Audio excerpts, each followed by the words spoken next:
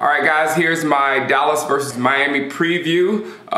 The Cowboys better win.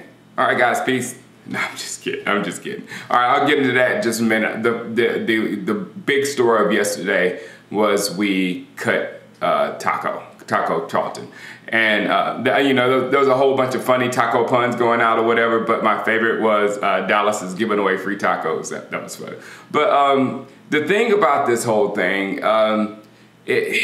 when you demand a trade or whatever, because, you know, he put on Twitter, free me or whatever, when you demand a trade and end up getting cut because a team couldn't move you, that should humble you. You know what I'm saying? He tweets like he's Antonio Brown or something like that. And Stephen A. Smith warned he specifically warned young black men not to do that AB stuff or you'll end up losing everything. But I'd like to include everybody.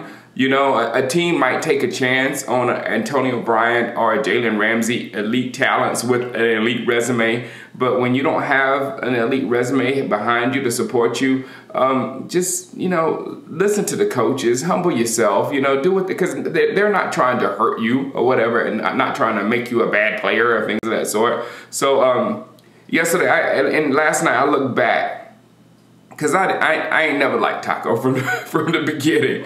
And I look back at my videos when we drafted Taco, and I was pretty upset during the live draft, and I got so much kickback from the Cowboys fan. They went off on me. One guy said I was exposed for not knowing anything. Taco's a stud, and it affected me so much that my next video, you know, after I went back and looked at Taco's highlights or whatever, I basically forced myself to like certain things about him so I could say, and the video was horrible. I was just riding the fence like, there's things I like about him,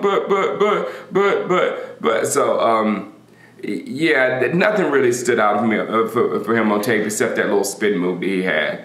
And I still hope the best for Taco, because I hope the best for everybody. I hope the best for him, but he might need to humble himself, listen to the coaches, and do what they tell him to do or whatever, so he can succeed.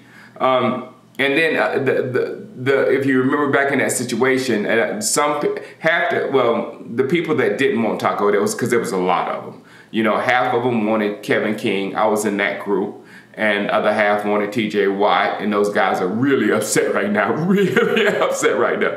I'm cool because we end up getting some very good corners anyway, well, corners that I really like anyway. But we still need a pass rush. I mean, Randy Gregory, we're still waiting on him. So enter Robert Quinn. So, and we're going against his former team this week, so hopefully we can get some fireworks for him or something. But I will warn you, okay, this is my warning. I know I did a joke at the beginning, yada, yada, yada, we should win or whatnot. We cannot overlook the Dolphins, okay? I know they lost to the Patriots 43-0 last week, but number one, top point, we're not the Patriots. We're not close to being that organization at this point, point blank. So we can't expect that we're going to have the same results as they do in a game. And the Patriots know far more information about the Dolphins than we know. So get that out of your head. It's not going to be another 43-0 just because we think we're as good as the Patriots.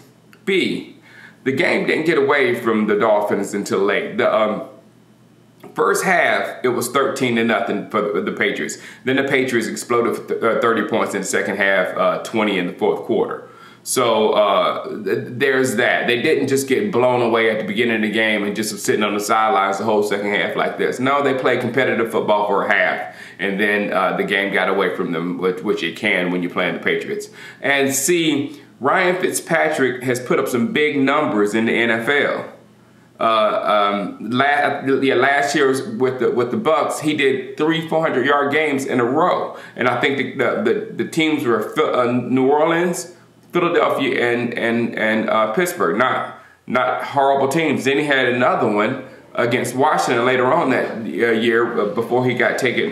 His job he got replaced by the incumbent starter Jameis Winston. So we should go in that game with a fair amount of respect and handle business and lead. I mean, they're professional athletes over there with pride, and they're going to play hard. No, the Dolphins do not appear to be a very good football team at all. I'm not saying that, but they do appear to be a wounded animal right now. When you get beat like they got beat last week, you got to have some kind of pride. All right, lastly, I was real reluctant to speak on Xavier Woods yesterday, and now the injury looks different. So just keep an eye on it. We should be able to keep him rested for a couple of weeks, like 2 to 3 weeks or whatever, if need be, and we can see what Darian Thompson and Donovan Wilson can do. I believe they can hold down the fort, so we'll see what happens.